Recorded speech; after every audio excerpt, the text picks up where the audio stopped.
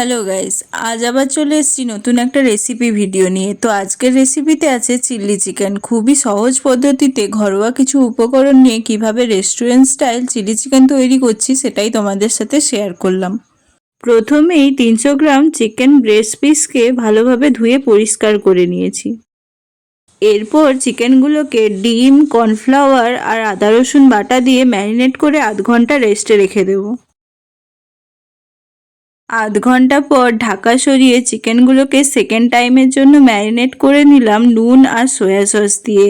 আর এতক্ষণ রাখার জন্য অনেকটা পরিমাণ জল ছেড়েছিল চিকেনগুলোর থেকে, তো অ্যাডজাস্ট করার জন্য আরও কিছু পরিমাণ কর্নফ্লাওয়ার অ্যাড করলাম।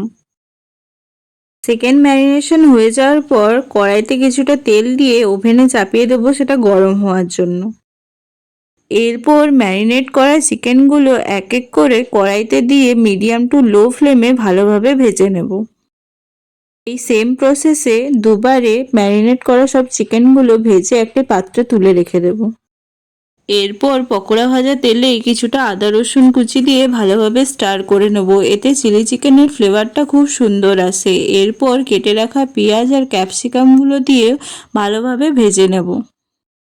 আর চিলি চিকেনের গ্রেভিটা তৈরি করার জন্য একটা বাটিতে সামান্য পরিমাণ জল নিয়ে তাতে cornflour, chilli sauce, soya sauce আর টমেটো কেচাপ মিক্স করে ভেজে রাখা পেঁয়াজ আর ক্যাপসিকামগুলোর উপর দিয়ে দিলাম। এরপর ওই বাটিতেই আরও কিছুটা জল নিয়ে কড়াইতে দিয়ে সব কিছু ভালোভাবে মিক্স করে নিলাম। এরপর আগের থেকে ভেজে রাখা চিকেন পকোড়াগুলো দিয়ে ভালোভাবে মিক্স করে নিলেই রেডি আজকের special recipe restaurant style chilli chicken.